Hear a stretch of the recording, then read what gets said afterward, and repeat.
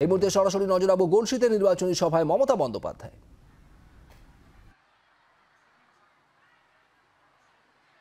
Doctor Sharmila সরকার ও নিজে একজন নমশূদ্র ঘরের মেয়ে, কিন্তু এত উন্নতি করেছে। আমি চাইব একদিকে কীর্তি, অন্যদিকে শর্মিলা, দুজনকেই আপনারা জেতাবেন। আপনাদের সকলকে অনেক অনেক ধন্যবাদ এবং নমস্কার এবং আসসালামু আলাইকুম এবং জয় জোহার। রবীন্দ্রনাথ চ্যাটার্জি এই জেলার সভাপতি, মলয় ঘটক আমার সাথী, ইন্দ্রনীল সেন আমার সাথী, নরেন্দ্রনাথ চক্রবর্তী প্রেসিডেন্ট পশ্চিম বর্ধমান ডিস্ট্রিক্ট টিএমসি, শ্রী প্রদীপ মজুমদার আমার সাথী, জনাব সিদ্দিকুল্লাহ সাহেব এটাতে আসতে পারেনি, নেপাল ঘোড়াই এমএলএ গলসি, নিশীথ মালিক এমএলএ বর্ধমান উত্তর, শ্রী মানগোবিন্দ অধিকারী এমএলএ ভাতার, শম্পা ধারা MLA Raina, Alok Majhi MLA Jamalpur, Madhusudan Bhattacharya MLA Memari, Tapan Chatterjee MLA Purbasthali, Shri Narenchandra Bag MLA Khandaghosh, Shri Apurba Chowdhury chairman Purba Bardhaman district TMC. এছাড়াও বনমালী হাজরা খুব সিনিয়র লিডার আমাদের, জাকির সহ বিশু সহ আমার এখানে যত নেতৃবৃন্দ আছে সকল মা ভাই ও বোনেরা। কীর্তি আজাদ অনেক বিস্তারিত বলেছেন, অন্যান্য নেতাদের কাছেও শুনেছেন। একই কথা বারবার করে বলে আমি সময় নষ্ট করতে চাই না। আর আজকে গরমটা এত বেশি আছে যে আমি প্রচণ্ড লু লেগেছে আজকে। আর যে হেলিকপ্টারটা পরে আমরা যাতায়াত করি সেটাও আগুনের মতো হয়ে থাকে, হিট চেম্বারের মতো। কাজেই শরীরের সব জলটা প্রায় শুকিয়ে গেছে, কারণ 31শে আগস্ট থেকে আমরা শুরু করেছি। 25 দিন ধরে আমি বাংলায় জেলায় জেলায় ঘুরছি। 3 মাস ধরে নির্বাচন দিয়েছে। কোনোদিন কেউ শুনেছেন এত গরমে? প্রতিবার দেখতাম 8 থেকে 13 মের মধ্যে ইলেকশন হয়ে রেজাল্ট বেরিয়ে যেত। আর এইবারেই প্রথম বিজেপির নিঘাত কোনো চক্রান্ত আছে, তা নাহলে জুন মাসের 4 তারিখ পর্যন্ত কেউ ইলেকশন নিয়ে যায়? মাধ্যমিক পরীক্ষা কবে হয়ে গেছে, রেজাল্ট বেরোবে। উচ্চ মাধ্যমিক পরীক্ষা কবে হয়ে গেছে, রেজাল্ট বেরোবে। তারা কলেজে ভর্তি হবে, তাদের ভর্তির সুযোগ দিতে হবে। ইলেকশন কমিশন কিছু বোঝেন না? এই গরমে মানুষের কত কষ্ট হয়। এই গরমে একটা ছাতাতে কিছু হয় না। এই গরমে মাথায় একটা কাপড় দিলেও কিছু হয় না। এই গরমে একটা টুপি পরে থাকলেও কিছু হয় না। যারা বড় বড় নেতা তারা ঠান্ডা ঘরে বসে থাকে, আর ঠান্ডা ঘরে বসে ইনস্ট্রাকশন দেয়। আর যারা মাটিতে চড়ে বেড়ায় তারা বোঝে ক্ষেতটা কত গরম হয়ে আছে, মাটিটা কত গরম হয়ে আছে। এই গরমের মধ্যে আপনারা কষ্ট করে এসছেন, আমি আপনাদের পাগুলোকে প্রণাম জানাই আর মাথাগুলোকে সম্মান জানাই।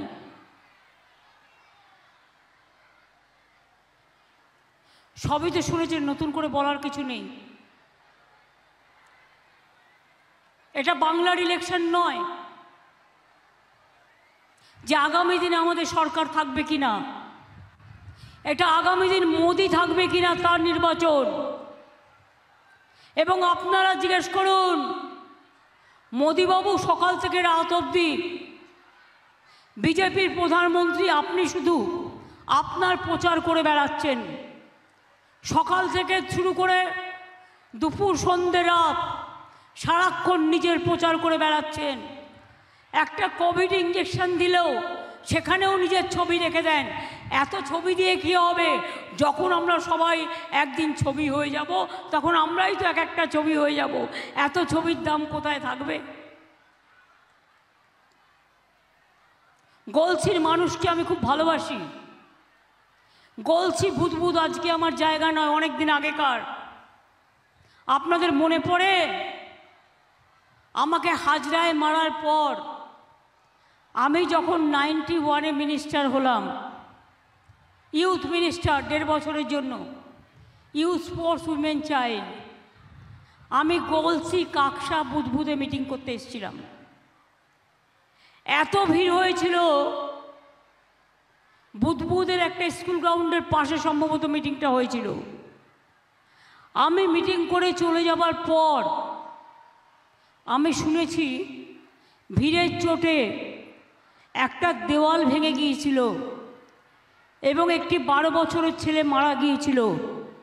তাই শুনে আমি অন্য মিটিং ফেলে রেখে আবার বুদবুদে ছুটে যাই এবং আমি ওখানে গিয়ে সব ঘটনার খবর নিই। তাই সারা জীবন এই ঘটনাটি আমার হৃদয়ে দুঃখ হিসেবে তোলা আছে। আমি আপনাদের সাথে দেখা হলো বলে এই কথাটি আজকে বললাম। গলসির মানুষ, আমি জানি আপনারা কারো প্রতি বিরক্ত, কিন্তু মনে রাখবেন, তৃণমূল কংগ্রেসের কারো প্রতি বিরক্ত থাকলেও আপনারা নিশ্চয়ই আমার প্রতি বিরক্ত নন, তৃণমূলের প্রতি বিরক্ত নন, তৃণমূলের প্রার্থীর প্রতি বিরক্ত নন।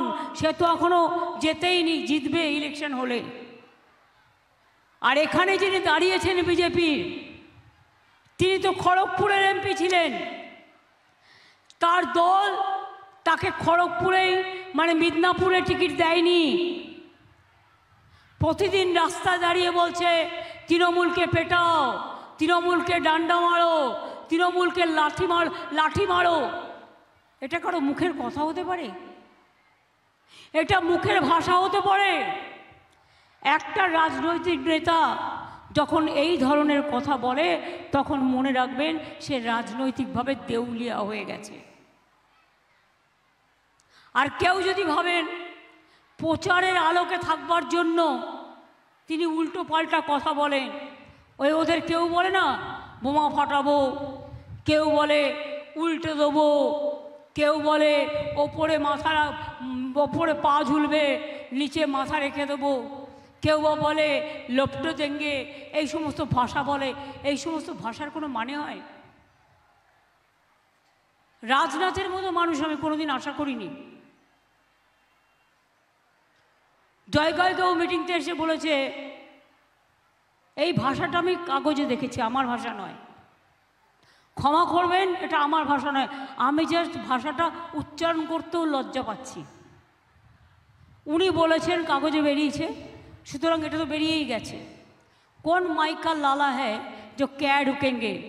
আমি রাজনাথবাবু প্রণাম জানিয়ে আপনাকে বলছি, আমরা ঢুকবো, কোনো ক্যা হতে দেবো না, এনআরসি হতে দেবো না, এবং ইউনিফর্ম সিভিল কোড হতে দেবো না। আপনার কত ক্ষমতা আছে আপনি দেখে নেবেন। মোদির দয়ায় তো বেঁচে থাকেন, সকাল বিকেল মোদিকে প্রণাম করে নিজের চেয়ার বাঁচান। আপনি তো আজকে দেশের প্রধানমন্ত্রী হতে পারতেন, কেউ তো মানা করেনি। নীতিন গডকারি হতে পারত, কোনো আপত্তি ছিল না। একটা ভদ্রলোক যাক, যে অ্যাটলিস্ট মিনিমাম ভদ্রতা করবে। যারা দাঙ্গা করে মানুষ মেরে, যাদের হাতগুলো খুনে লাল হয়ে গেছে, লাল থেকে তৈরি হয়েছে গেরুয়া। সাধু সন্তরা এখন গেরুয়া পড়ে না, আর যারা পড়ছে বেচারা কষ্ট পাচ্ছে। কারণ দূরদর্শন থেকে শুরু করে সব কিছুই আজকে গেরুয়া করে দিয়েছে, ট্রেন স্টেশনগুলোও গেরুয়া করে দিয়েছে। শুধু আকাশটা করতে পারছে না গেরুয়া, প্লেনগুলো করে দিয়েছে। আকাশটা যদি ওদের সীমার মধ্যে থাকতো, আকাশটাকেও গেরুয়া করে দিত। আর গেরুয়া ধান যদি হতো, তাহলে ধানগুলোকেও গেরুয়া করে দিত। এই তো অবস্থা। বলেছিল 15 লক্ষ টাকা করে দেবে, পেয়েছেন কেউ টাকা? আমি কয়েকটা কোয়েশ্চেন করব, আমি উত্তর এবার আপনাদের কাছ থেকে চাই। 15 লক্ষ টাকা করে উনি দেবেন বলেছিলেন, অ্যাকাউন্টে দিয়েছেন?